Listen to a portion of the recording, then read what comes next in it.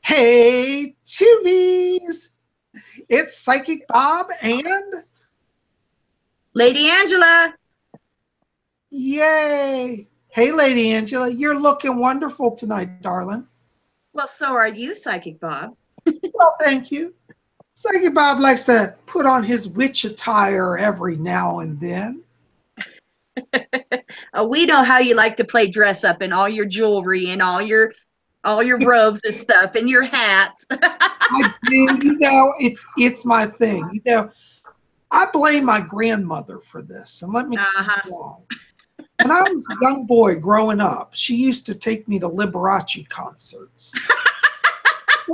Well, Liberace, I mean, he's like, you want to talk about clothes. That man got clothes for a mile.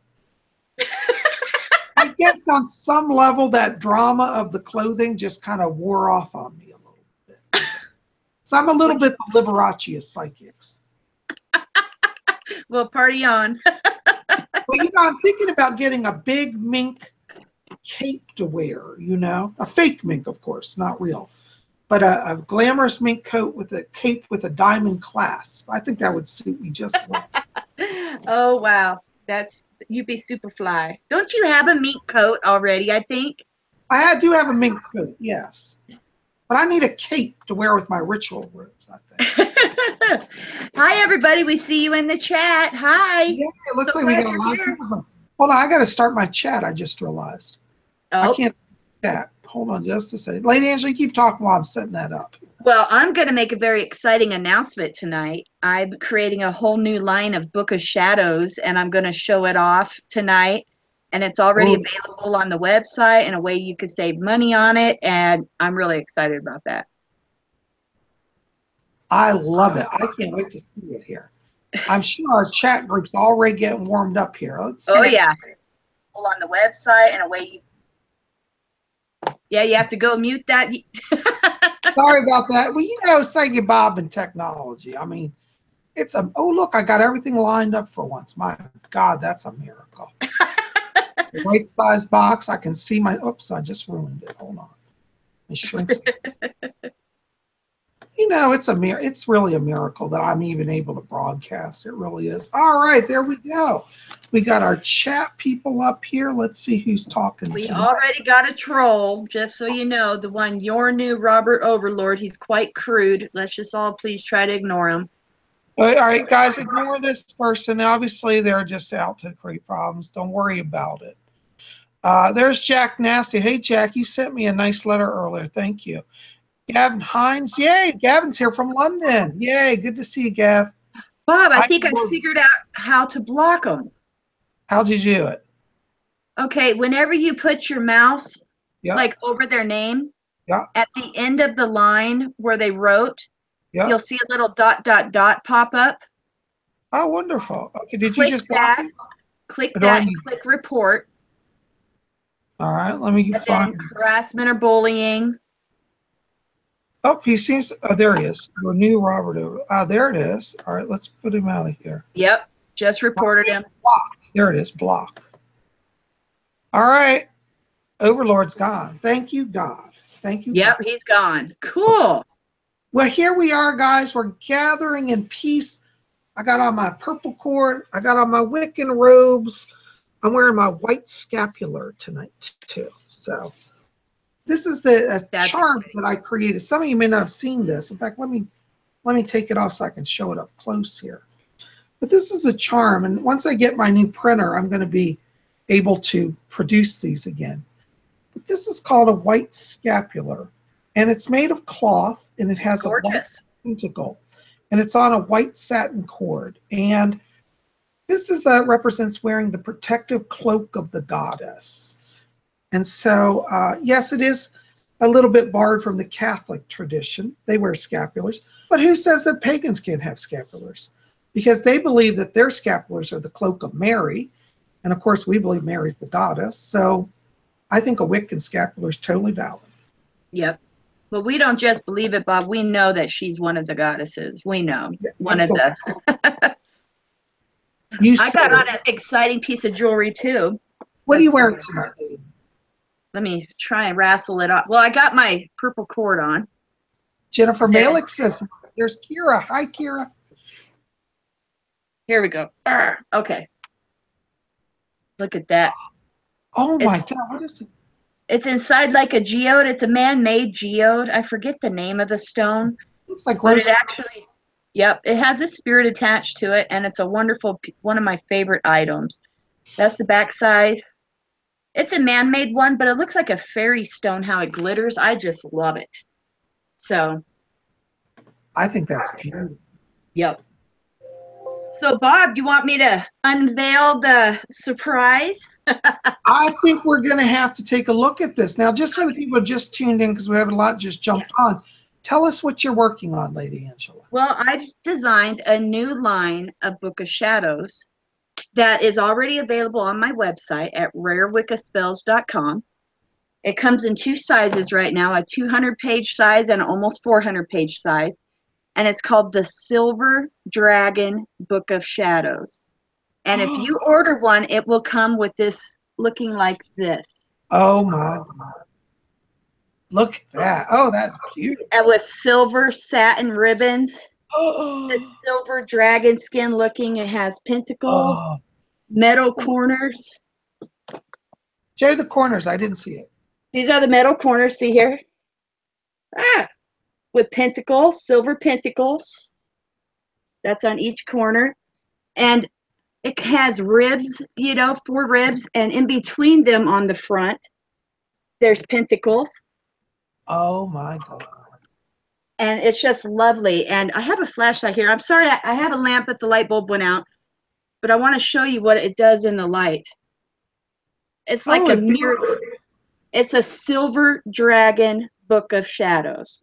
Oh my God. It's that available is on my amazing. website. And if you use coupon code Spirit Channel when you check out, you can save either $15 off of the one size or $20 off of the other size of this book. Just go to rarewiccaspells.com. It's on the front page, or you can search for the Silver Dragon Book of Shadows.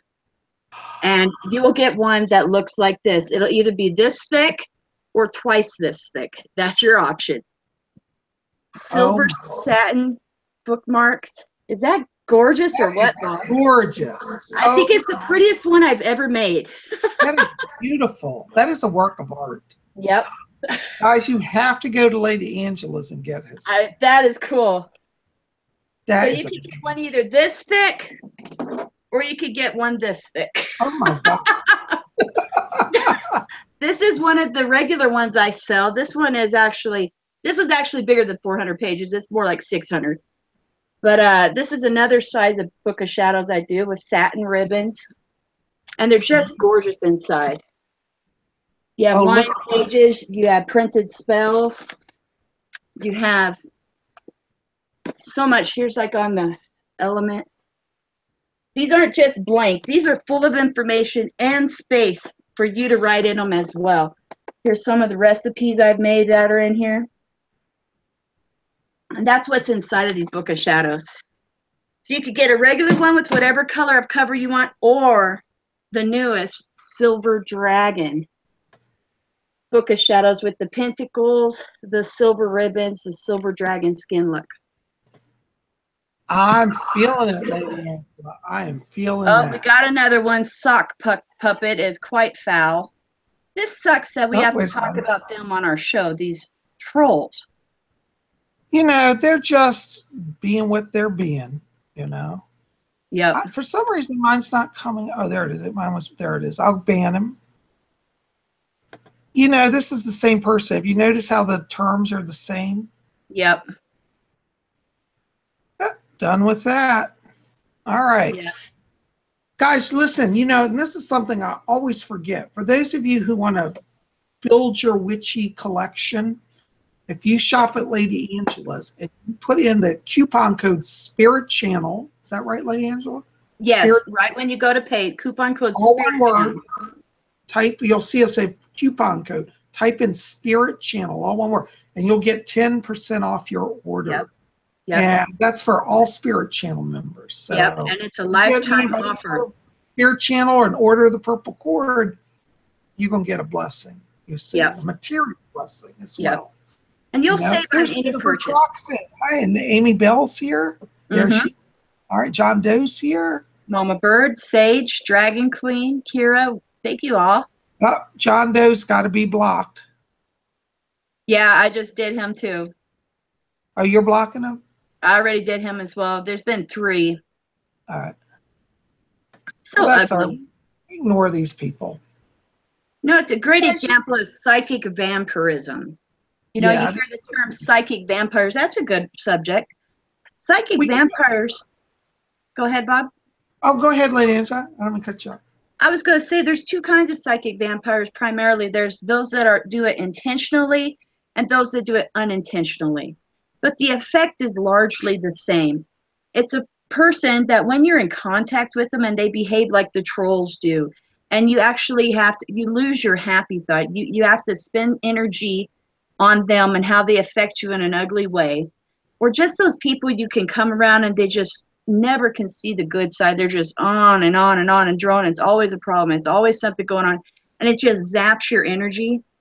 That's psychic vampires. And we have to watch against them because they feed off of our light. And that's why they come.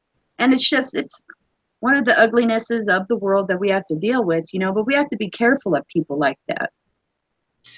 I have to agree with you. A lot of people don't realize that psychic vampires can actually physically harm you by their negative energy drain. Yes. They weaken you to where you just start having no energy. You can't even get out of bed, you know. One of the things that I tell people to do is if you've encountered a psychic vampire, cleanse yourself in some way. One of the ways I recommend is what I call a spirit cleansing bath. Do you know about that, Lady Angela? Yes, very much so. Very much so. My formula is very simple. Everybody has a different formula, I suppose. But the formula that I use is that I do half a cup of sea salt and half a cup of baking soda and put it in your water as you're drawing your bath, pour it in, and it makes the bath effervescent and it literally strips off all of that negative stuff off of you. It's wonderful. Yep. And you'll feel sparkly and crisp afterwards. Very true. Kira has a wonderful question. Kira Henneford Seagal, and I'm sorry if I slaughtered your name. She says, are there similarities in Wicca and Native American beliefs? They seem to have similarities. By the way, beautiful book of shadows, Angela. Well, thank you. Thank you. I believe, yes. Go ahead, Lady Angela. I believe there's a lot, you know, being eclectic, we pull from many different paths. That which I like the stuff that all goes together. And we're tree huggers. We're nature not I want to say naturalists, that's not the right word, but we love nature and we see God in all living things. And so did the Native Americans. You know, they were very much about the spirit world and animals with shamanism and of the earth. And absolutely, it does link right in. I think it all has just a different name, but it's the same path, you know, in that sense of spirituality. Yes, you know, I have to agree. And it's interesting because, as many of you know, I was in the spiritualist church for many years. And in many of the spiritualist seances, Native Americans come through. And even today, when I do readings that are spiritualist, I will get Native American messages and guides that come. And I asked one time why this is. And a medium that I knew said to me, he said, well, spiritualism is very close to Native American spirituality. The spirits feel a kinship with the spiritualists. Well, interestingly, once I got into Wicca, I saw that there was a lot of similarities between spiritualism and Wicca. So really, they're all start to kind of link. You know, they go back to that balance of energy, connecting to the spirit of the earth. Someone has asked a question that I think it's actually a sensitive one. What are our views on Baphomet, the god or goddess Baphomet, and what do you think he represents? Well, you know, Baphomet, I've learned about Baphomet through studying the Knights Templar. And it's believed that Baphomet was one of the deities that the Knights Templar honored. Technically, the Knights Templar were Catholic, but really a lot of them I truly think were a little more on the pagan side. I don't necessarily view Baphomet as the devil. Now, a lot of satanic groups use the image of Baphomet as the devil image, but actually originally Baphomet was not considered the devil, but a form of the Horned Lord. And as the form of the Horned Lord, he's not evil. I think with deity images and forms, you have to think about what is your intent. I don't think the image itself is necessarily bad. I mean, when I've researched Baphomet in the past, I've never found him to literally be the devil. But I think modern pagan or satanic groups try to use that image because it is shocking. And I find that among a lot of Satanists that they are in for the shock value. And Baphomet definitely has a shocking appearance. Mm-hmm. But if you study him, you know, he has kind of male and female aspects to him. And he's actually many times shown phallic. But if you study the phallic image, it's actually the staff of Hermes or Mercury, meaning he communicates the lower self and the higher self. So he's actually a positive image. I myself kind of like Baphomet. Huh. Well, I guess it goes to show how certain things, because they are used by a darker thing, that they get a bad rap or they carry that negative energy. Kind of like Ouija boards, you know, they're a good tool, but yet they get a bad rap. And for that reason, they have a little bit of that shadow they drag around, just like Baphomet does, just like the reverse pentagram does. Absolutely. In fact, the inverted pentacle is actually a representation. Oh, so it looks like we got another troll here. Yeah, I've had to block a couple. All right, well, we'll stop that. Someone asked, Dragon Queen says, can you be eclectic between Christian and looks like Chemitism? Do you think this is possible? Well, I think you can be eclectic and pull from the Christian religion with any other religion, especially with Wicca, such as our eclectic path. Me and Bob, we both love Mary, we love Christ, we love the saints, and we pull from that, you know, and we pull it into our religion. So you don't necessarily have to denounce God and put a skirt on him in order to believe in Wicca, you know, as many do. You can know that we're created, therefore we're from a mother, you know, and the sense of God is so much bigger than what our human minds can understand. And these different names, whether it's the Christian Christ or the Christian God or Jehovah or Yahweh or whatever the name you want to give it, it's all part of the one whole, the all. I have to agree. I think you said it perfectly. You know, I'm a big fan of the Blessed Mother Mary. She is the God.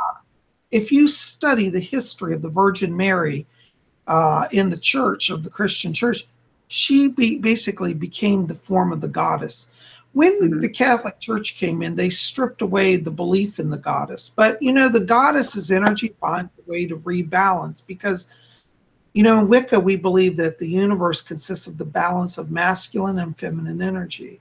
And in Mary, we find that balance, you know. I do believe that kineticists, you know, like you can combine the kinetic path, also the hermetic and kinetic. Egyptian spirituality is definitely pagan. I don't see a conflict. I think that the thing that you have to think about when you're working with deity forms is, you know, are you finding the balance that speaks to you? Because nobody can put on you how it has to be. And don't ever let anybody do it. Even Wiccans, I've seen it, Lady Angela, you've probably seen it too. Even in the Wiccan community, there occasionally people will say, you must do this. And if you don't do this, you're not a Wiccan. Don't buy into that.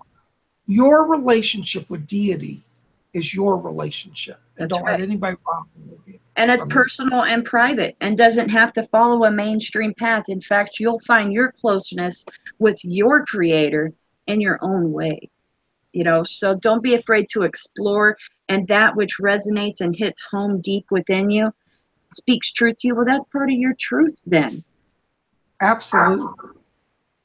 Well, you know, when I first started in Wicca, I had a shrine with the Virgin Mary in my home. I have one. A hardline Wiccan person saw it and said, well, you're not a real Wiccan if you don't denounce the aspect of Christianity. And I said, Mary is the goddess, and they Yep. couldn't. In fact, they stopped associating me with that. But Yeah. there's Yep. Debbie Bailey's here. Hey, Debbie. Debbie has a good question. Oops, it just went by. Where did I just lost it here? How many goddesses are there? That's a good question. Lady Angela, you want to address that? Oh, wow. There's too many to count, I believe.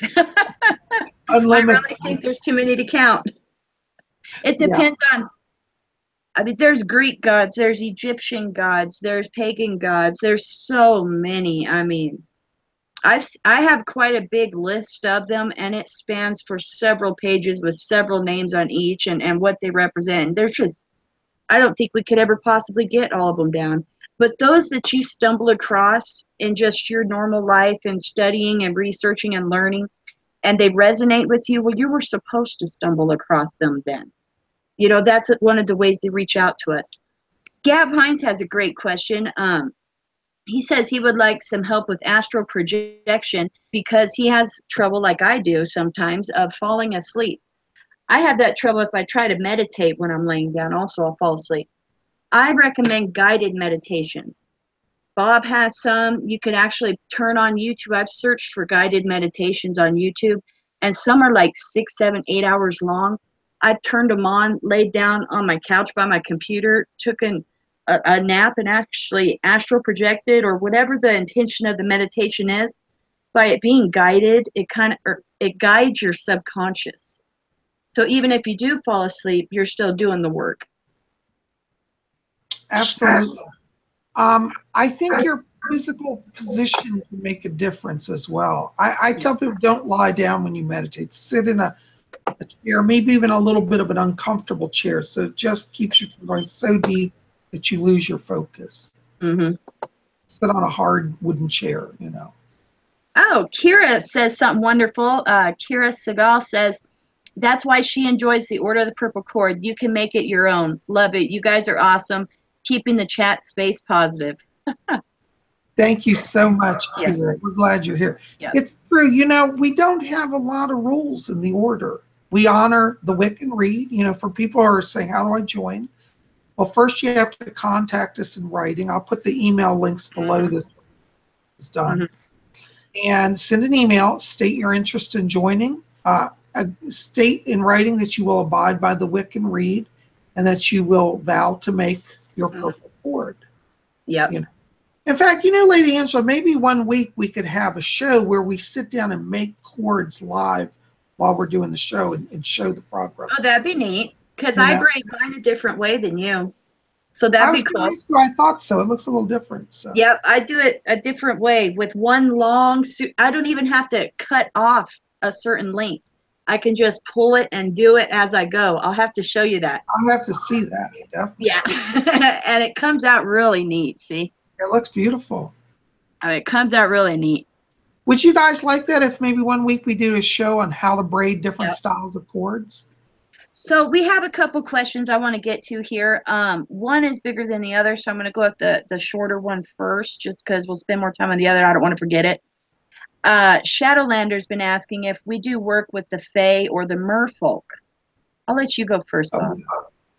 Yes, I do work with the Fae. I work with Pan is kind of considered one of the gods of the Fae. Oh, Angela, can you turn your volume down? I'm getting feedback here. Yeah. Down a little bit. It's coming in. Okay. Thank you. Yes. Now, as an order, we don't say, oh, you must do a Fae ritual. But I can say personally, I work with the Fae. And I find it very fascinating, very helpful. Pan is considered, interestingly, by many people as part of the Fae, kind of the Lord of the Fae. And I invoke him a lot when I do Fae work. And I have, in fact, I'm building right now, which I'll have to show in a future video, an altar to the Fae. Mm-hmm. I have a lot of altars in my house. Yeah, you do. But they're all placed around, and my whole house is themed as Wiccan, you know. But yes, to put it simply, do we work with Fae? As for the merfolk, also, yes. When I go to the beach, you know, my mother lives near the seashore, I do Fae invocations there a lot of times. So, yes. For myself, I enjoy learning about them and showing honor to them, but I don't actively work with them. But I actually have a funny story about the Fae, because I do show them and the gnomes and the different elementals respect.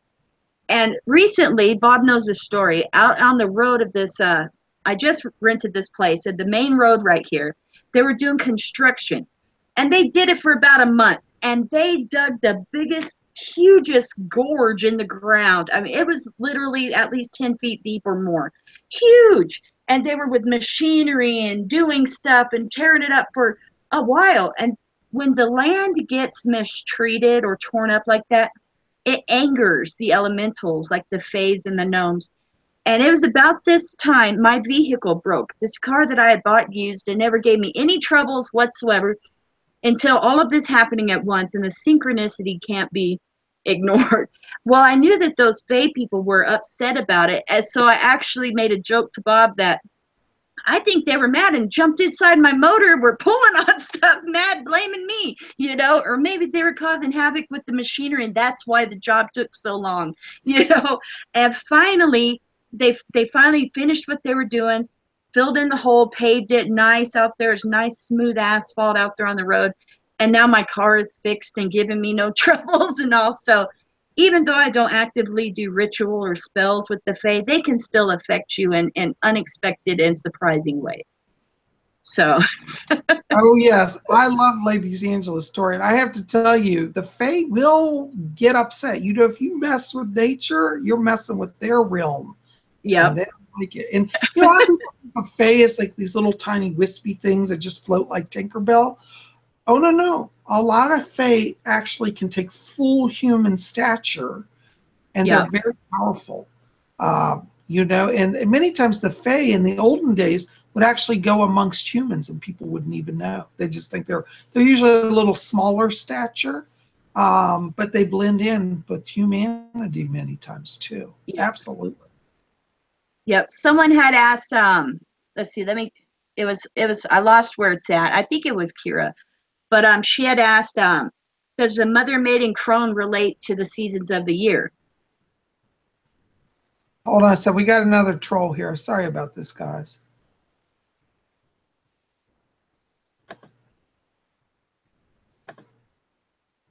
All right. Having to remove another troll. I'll say that there are dark times of the year and light times. That doesn't mean good or evil. It just relates to the Earth's position and the sun and the seasons. Like Yule is one of the dark times of the year, whenever daylight is shortest and nighttime is longest. So in that sense, you can relate the mother maiden and crone to, like, spring would be like of the mother when everything's blooming, you know. At wouldn't you agree, Bob? Yeah, I think the maiden, mother, and crone can be connected to the cycles of the earth as well as just the moon. I would say like spring is more like the maiden, where summer to me feels like the mother. I mean, it's me, you know. I guess it's kind of a crossover because the maiden becomes the mother around that time. So, you know, and then I think of the fall and winter as the crone aspects. Yep. You corrected. Absolutely. I see the troll has been hushed. So good job. Yeah, I take care of that. Sorry, Yeah. guys. For those of you who are watching, please do not engage with these people. Yeah. In fact, I've got, Lady Angela, I haven't told you, I spoke to an attorney this afternoon. Oh. One of our trolls tonight, we are going to bring a legal action against him. There Oh, was good. threat and harassment at my place of employment, and I've got witnesses and You have backups. recordings too, don't you? Yeah, you do. I have recordings too, yes. So I ask you guys, please do not engage in it. I have legal people that are getting involved. Yep. So we have a good question from Montcalm Horror. They said, do either of us ever go ghost hunting? Bob, you recently had a ghost hunting event, didn't you? I always have a ghost hunting event. I live with flesh. Every day. Yeah, you know, I do. Well, you know, what could I say? You know, I love my spirit guide, but we're like brothers. We pick on each other. Yeah, you know, recently I've had a number of ghost hunting events. I did have one recently, and I can't give names, of course, they're confidential, but I did have a couple that were being haunted in their home, and the spirit was literally terrifying the entire family. And luckily, I was able to intervene to show them how to redirect that energy. And, one of the things I like to tell people, first off, is if you have a ghost and a haunting, don't attack the spirit. Usually it's just a troubled person who just wants some help and love and attention.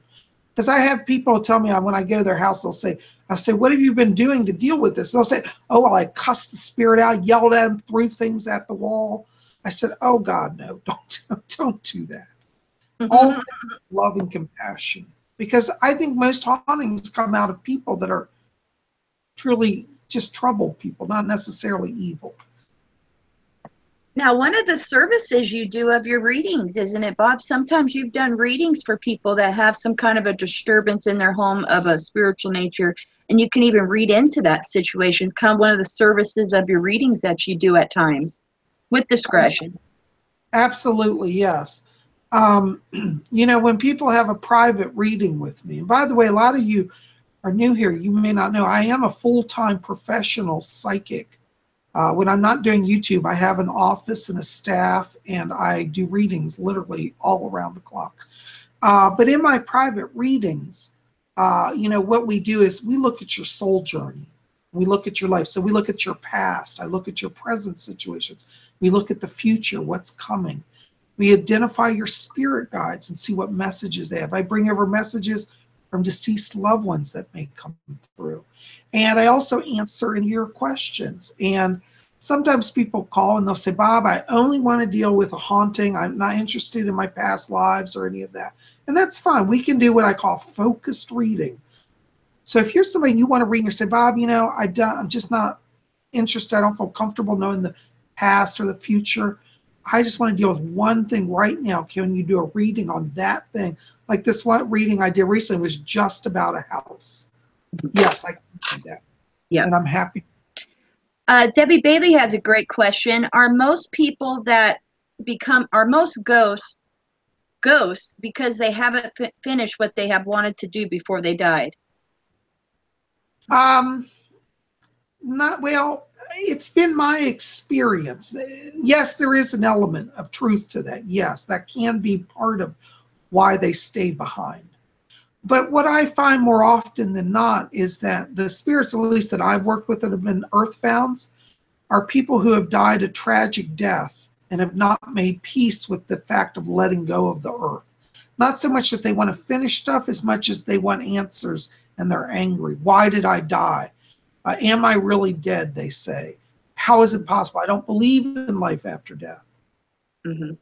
If people don't prepare for their spiritual transition, when death comes, it can be very shocking and upsetting to them, especially if they're atheists. I encounter a lot of atheists who are stuck because they just refuse to believe they're dead, because for them, death means the end of consciousness. And of course, Lady Angela, you know as well as I do, that death does not erase our consciousness. No, it doesn't. And I think probably they wander for a while, confused, not realizing they've gone, just like you said there, and once they realize, and something Alfred said before, your spirit guide Alfred, who died, I think he died of an overdose or something to that effect.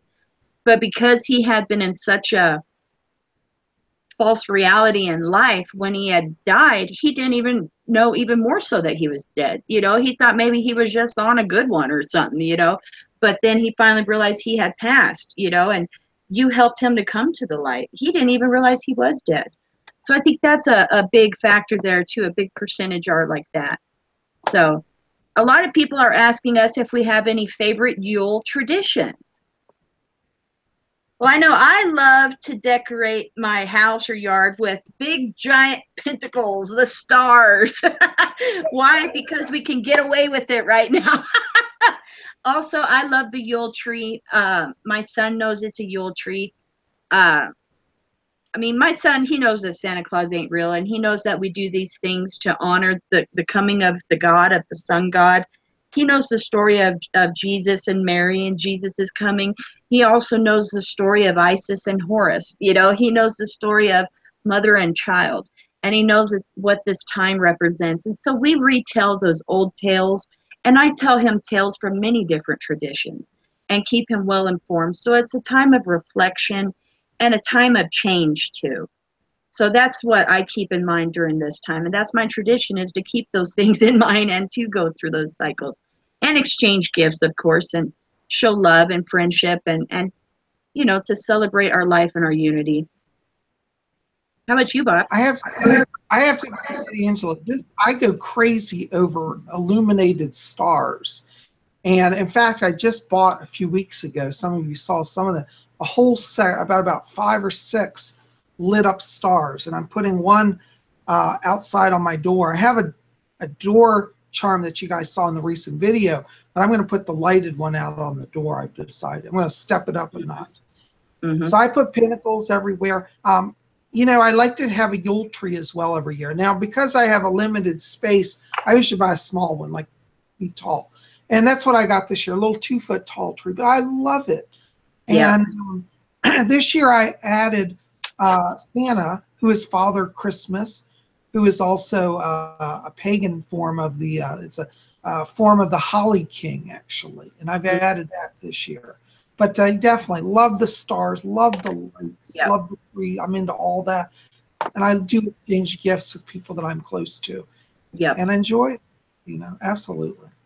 I have 2 questions from the chat room wrote down. I'll say one. I got to step away for a second. I'll be right back. But they're wanting to know about what you think about Wendigos and skinwalkers. Yeah. Well, you know, Wendigos are believed to be connected actually to the Fae family. Skinwalkers, I'm not as familiar with them, so I'm not going to be able to address that. But I have seen creatures on YouTube. It's interesting if you look up various creatures. There is a set of creatures, this might be the skinwalkers, where they're literally like a pair of legs with a face that walk. I don't know if it's that, but they're very freaky looking. I think the fact is that there are so many beings and creatures that inhabit this world. And I think that a lot of these creatures live predominantly on the astral plane, and then occasionally they blend into our world. This accounts why we don't see them every day, but they do occasionally appear. So in terms of both of those creatures, I do believe they're real. The Wendigos, as I said, have been believed to be connected to the Fae family. So very interesting stuff. Bob, what do you feel about some people buy from auctions or different places spirits that are attached to things? Oh, yeah. I'm a believer in it, and I'll tell you why. Lady Angela found this amazing sorcerer who does this work, and I had not really delved into this, even though I'm a medium. I had not really worked with this aspect of the psychic realm. And she sent me a beautiful pendant. In fact, I don't have it here. I'd have to get it, but it has an angel attached to a spirit guide. Yep. And I can tell you, I've connected and spoke with that spirit through it. So I do believe that angels and beings of the spirit can join their energy and presence with an object and be present for you. Absolutely. Yep, I believe in it very much so as well. Montcalm Horace, are ghosts most active around Christmas time since long nights or Halloween?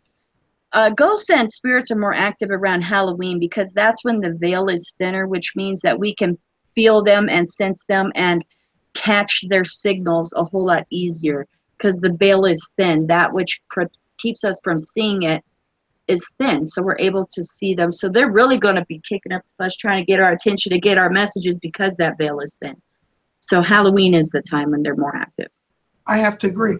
You know, though, interestingly, Lady Angela, I had a Catholic mystic recently tell me that Christmas is a time when many souls are released from purgatory and go to the light. Oh, so that is beautiful. Yeah, you know, once the soul leaves the lower realms and goes to the light, it's free to visit with people. So it could be possible that this time of year also will show us increase in paranormal activity.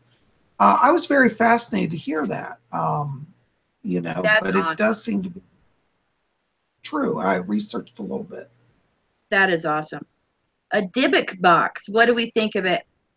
I stay away from Dybbuk boxes. If somebody has trapped a demon or a monster and attached it to a Dybbuk box, I don't want no part of it. I stay far away from it. Debbie Bailey asked about those. And I watch a lot of horror movies, and I don't touch Dybbuk boxes. Oh, listen, Jennifer Becker said, since I started watching you guys, I have felt a sense of happiness, and I also swear I have been hearing voices and no one is near. Just a few thoughts I wanted to share. Well, first of all, thank you for your kind words. We're glad. We try to bring happiness, don't we, Lady Angela? Yeah, we do. And, Yeah, you know, I think when you gather with people of like minds, it raises the vibration and it puts you closer to the spirit. So getting an increase in psychic phenomena when you're working with your group, and this is what we are here. We're like kind of a, you know, we're a coven, so to speak, a virtual one, but still a group of power and of like mind. There's definitely ability to raise energy.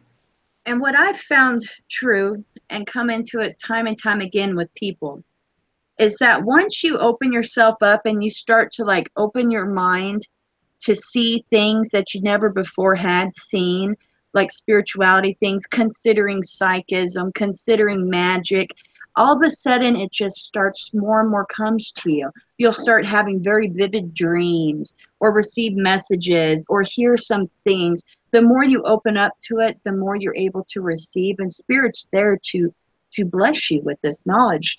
You know, our creator, our spirit, our higher self is there to reveal this to us once we're ready for it. So once we start to open ourselves up, like finding a channel like this and starting to think and consider things you hadn't thought before, you're going to start having more of these experiences. And it's just a sign of your growth and your readiness to learn and go to a next level. Absolutely. Absolutely. And, you know, this is why Angela and I and Tony started the Order of the Purple Cord.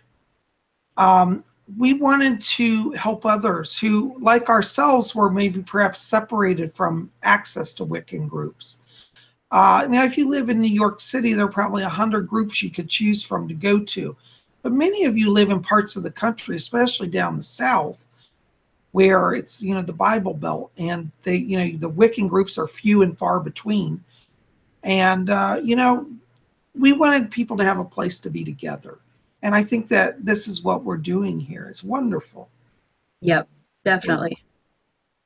Boy, everybody's just so active in the chat box. Yeah, It's awesome. Lindy Bender's here. Got to say hi to her. Yep. Oh, yeah. Your psychic South ability is definitely sprouting. Absolutely. Hi, Lindy. Lindy's watching from South Africa. Oh, my gosh. Somebody said something about portals. Yeah, Mama Bird asked about 1212 portal thoughts.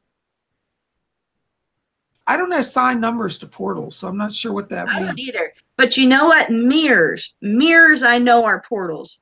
I tell you. Oh, absolutely. Yeah, mirrors are portals. You could do some very interesting magic with mirrors, but mirrors are certainly portals and ways to see another side and to delve even deep into your own shadow side, you know? Oh, yes. In fact, you know, I work a lot of times with the black mirror. I find it very powerful. Have you worked with black mirror before, Lady Angela? Yes, I have. Yes, I have very much. I've worked with mirrors in some spells. Some of the most neat ones was where you stand a mirror up and you light like a 3 candles of different lengths, and you actually work with the reflection of the flames of the candles that burn in the mirror and actually work with those. That's interesting. I'm not familiar with that. We're going to have to talk about that. Yeah, it's awesome. I'm always interested in that. You know, speaking of mirrors, another wonderful natural mirror, and you can get these at Lady Angela's sites, are scrying bowls. In fact, Lady Angela, I'm going to grab my scrying bowl. Where did I put it? Oops, I don't know where. Hold on, I think it's over in this one altar. You keep talking while I go grab it. Scrying mirrors too. I think a few summers back, he went crazy making scrying mirrors. Really neat ones too. Big ones, little ones, huge ones. And oh, it's just really amazing. And I really love doing magic, working with mirrors. I've been trying to get Bob to have a whole book series, someone working with the cauldron or with mirrors. Maybe we'll get together and make one. That would be cool. I think we should do a joint project on that. That would be. This is a scrying bowl, and I think you still sell this, don't you, Lady Angela? The Triple Goddess scrying bowl. Mm-hmm. Yes, I do sell that, and it's actually in the category Psychic Bob's Favorites on RareWiccaSpells.com. Yeah, you guys have to get this. This is just, let me show it. Don't speak, Angela, because it'll turn it off. So you can see it's got, each side has an image. That, I think, is the mother. That face there is the crone. And that face is the maiden. So you've got the triple goddess, and it's got beautiful Celtic knotwork and like roots coming up from the earth. And it's black inside. And when you put water in it, it creates a mirror-like surface that allows you to do scrying. This is wonderful. I'm a big fan of water scrying. I think water, sometimes I like mirror and sometimes I like water, just depends. But I find with water that my senses kick in more, and I think it's because water carries an electrical vibration, you know? Yes, water is very powerful. And since we're talking about mirrors, I'll show my Silver Dragon Book of Shadows once more because it looks mirrored. Oh, that's gorgeous. You one of these at rarewiccaspells.com. The cover will be this silver dragon-looking faux leather with metal corners and pentacles. It's kind of ribbed. That's just the way I made it. It has pentacles accenting it. It's full of spells, rituals, journal pages, everything. So we're talking about mirrors. And also, it's at rarewiccaspells.com. It's called the Silver Dragon Book of Shadows. And you can use coupon code when you pay Spirit Channel to save either $15 or $20 off the price of the book, depending on which size you select. Yay. Kira Hereford Siegel says, crone is a bit, is a bit old-timey word. Well, you know, I've met many women of the craft who are young and old. Many that are young, they've had like hysterectomies or overcome cancer and had their uterus or whatever removed or different problems to where it puts them into an early like menopause or crone phase. And they're quite proud of their crone level at that point, you know, of then becoming a crone and how your body is different. You're no longer able to create children and become pregnant.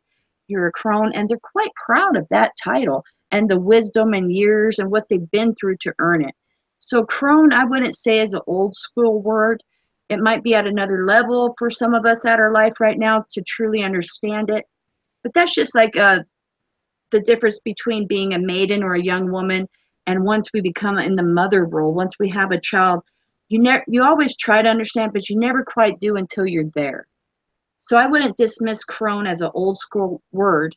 It's just it makes more sense, and we realize and respect it more when we become it.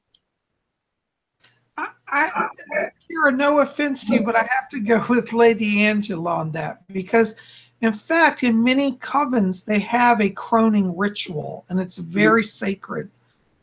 And women, as Angela says, are quite proud of that. So I suppose you're right, Angela. It just is, at a certain time, it makes sense to a person. Yep. Some people, Jennifer Becker brings up, she's been curious about Ouija boards. Now, Bob, I would say, is one of the experts on them.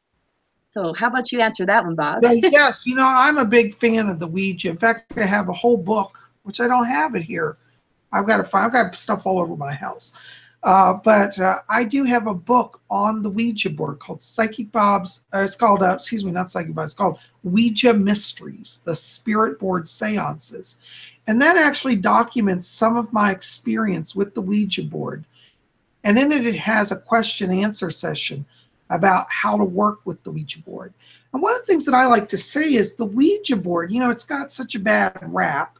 And even psychics, I hate to say it, but some of my own fellow psychics denounce me for using it. I look at the Ouija board like this. How many of you guys have one of these in your house? You know what that is? Cell phone, right? Is your cell phone evil? Well, the bill might be evil, but your cell phone itself is not evil. It's just a device you use to communicate. If I pick up my cell phone and I call in a bomb threat, then I'm being evil. I'm being evil, but the phone itself is not evil. If I call it up and I say, Lady Angela, I'm praying for you today, I'm sending blessings to you, then I'm being good. But the phone itself is neutral. And this is how we have to try to understand the Ouija board. It is not an evil tool. It's simply a neutral tool. And how you use it, your own consciousness that interfaces determines whether you draw good or evil from it. So like when I use the Ouija board, I use it to save trapped souls. Because when they're in the lower etheric realm, the vibration of the Ouija is a frequency they can relate to more easily. It's just another form of divination. You know, we each have our favorite. I love tarot. I also love working with pendulums. I love runes. And I also very much love the I Ching. You know, those are some examples of some of my favorite divination methods. But the number of different methods of divination is also kind of countless. You know, I've read up on different ways where some people have the junk drawer in their house and they open it and grab one random item out and they'll use that to give them their forecast. It's called junk drawer divination. So there's I haven't heard countless ways. Isn't that fun? I love it. I love it. Yes, you know, when we talk about divination, Dragon Queen says she has to go. Her phone is right down. Dragon Queen, thanks for being here with us tonight. I'm sorry you can't stay on. Blessings to you. Yep. There's investigative journalist. You know, I saw him in my cauldron. Really, how do you like my cauldron? Isn't that fun? Now, Bob, when people work with Ouija boards, would you recommend that they always close a session properly? Is there truth in that, or what is that all about? Yes. What you want to do is, I always say, enter into it reverently and exit it reverently. And the best way to close it down is to acknowledge the spirits that were present, thank them for their presence, ask for your spirit guides and guardian spirits to close the door between the worlds. Because see, the Ouija helps open the door, and you want to say, we thank you for coming. We now close the door between the worlds. And you set that intent, you ask for help, and you'll exit it safely. Does that also require moving the planchette to the goodbye? A lot of times the spirits themselves will move it. I don't move it to the goodbye, but the spirits will move it. But you could, as part of your ritual, I suppose, say thank you, goodbye, and slide it down as a sign of closure. Yeah, absolutely. I think so. Lots of people are saying they love your cauldron, and I got to reveal a secret I just discovered. If you're looking for a good cauldron, like one you could really put on a fire and cook with, you can look at your home supply store or hardware store in their camping section, and they call them a kettle or they call them different things, but they have big cast iron cauldrons, huge, for under $100. You can get a good one with the lid, with the handle, that you could literally cook a stew in or whatever you want, put it on a fire, and there you go. So at your home improvement stores or hardware stores, or any store, look in the camping section for camping cookware, and you could find a wonderfully huge cauldron for, you know, an affordable, decent price. Can I interrupt you a second, Lady Angela? Sock Puppet is back.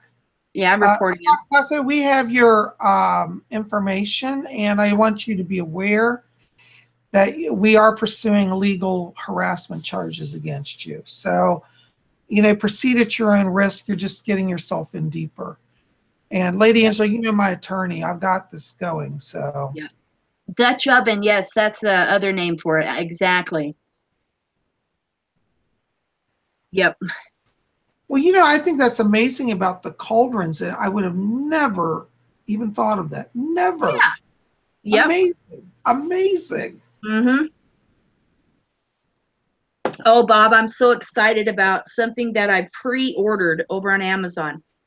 You know, one of my favorite cartoons ever, or movies, is Alice in Wonderland.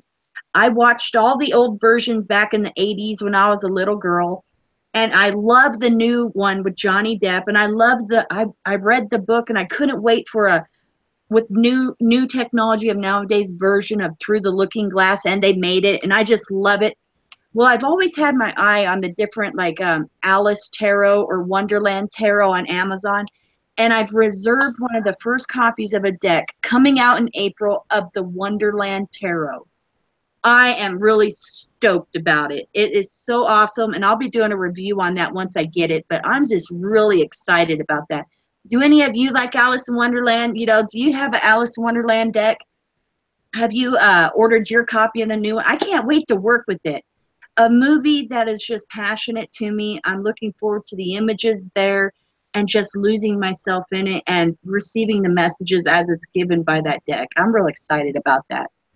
How exciting. Ooh, yeah, I can't wait to see that. That's going to be fascinating. Yep. What items would you recommend for working with Fae or merfolk? I'd recommend seashells for sure, sand for merfolk. The Fae would be feathers. Feathers are wonderful for them. Glittery things, huh, Bob? Oh, yes. Let me tell you about my experience with the Fae. Yeah, tell them. And this is the truth. It's going to sound crazy, but I swear to God, it's true.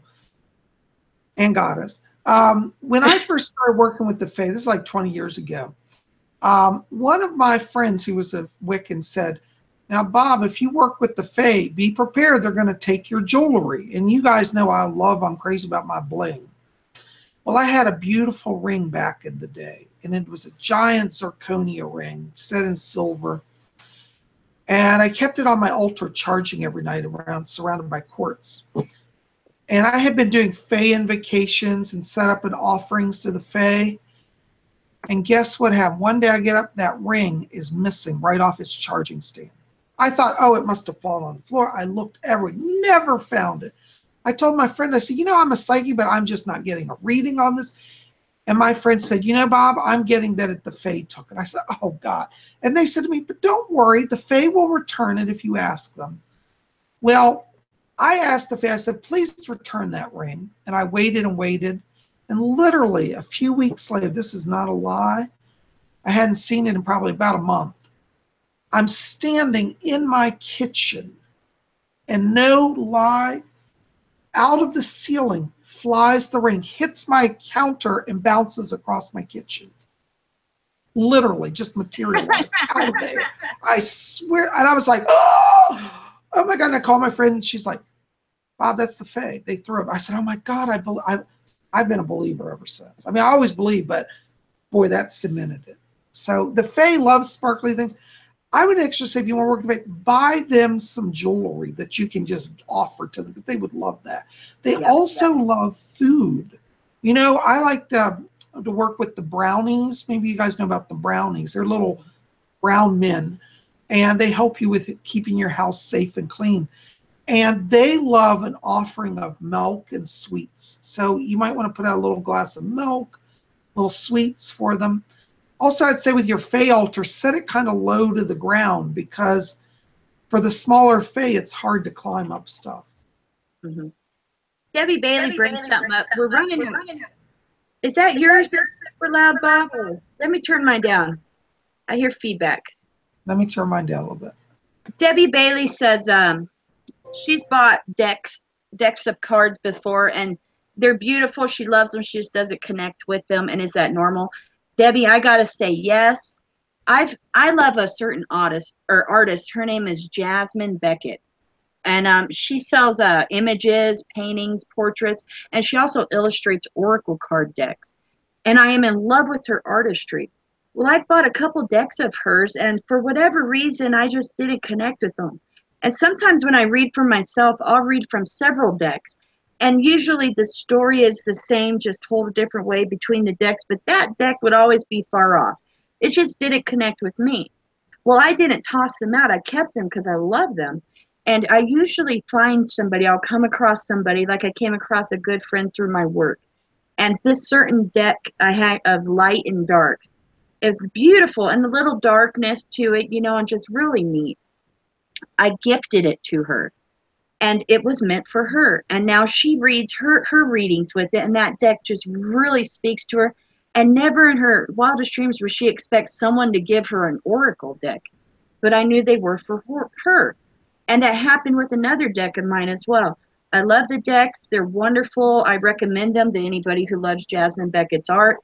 I personally didn't connect with the readings of them. I know a lot of people who do, and that's great. I just think for me a different deck was better. I connect with the witches tarot. Geez, I can't think of the writer's name for the life of me at this moment, but I connect with that deck and a couple others. But The other decks I got because Spirit knew I'd come across the right person for them. So that's not abnormal at all. Where's the time going, Bob? I know. I just realized it's almost time to go. But before we end, I'll just add a touch on the tarot. I'm just a big fan of the traditional Rider-Waite. I know a lot of people don't like that, but that deck for me always speaks to me. It just goes deep in my soul. So I'm a Rider-Waite person. But I think any tarot deck that really speaks to you and works with you, go with it. I don't think there's any one deck, Yeah. Well, guys, listen, we are coming to the end of our witching hour. And a lot of us have to work tomorrow, so we're not going to keep you up late. But I want to give a big shout out. Thank you to all of you been here tonight. Thank you for those of you who've come out. And, thank you for your patience as we've had to deal with the idiotic trolls. But I welcome all of you to join us every Sunday. We're going to do this every Sunday. As they say, Lord willing, and the creek don't rise. Right, Lady Angela? Absolutely. See y'all next week. Signing off. All right. Well, guys, thank you. Listen, make sure to keep it here at Spirit Channel. We got more coming. Tomorrow, we're going to have horoscopes. And you don't want to miss that. And for those of you new here, every Monday, I do horoscopes. And I cover all 12 zodiac signs and an overview for the week. So you make sure to be here. We'll have that. I want to say thank you again to all of you come out tonight. I love you all. I send you blessings. Be back here next week on Sunday at 8 p.m. Eastern U.S. time, 7 Central, 6 Mountain, 5 Pacific, 1 a.m. London, 2 a.m. Paris, and 3 a.m. South African time for the witching hour. We'll see you then. I love you guys. Have a good night, and may you always blessed be.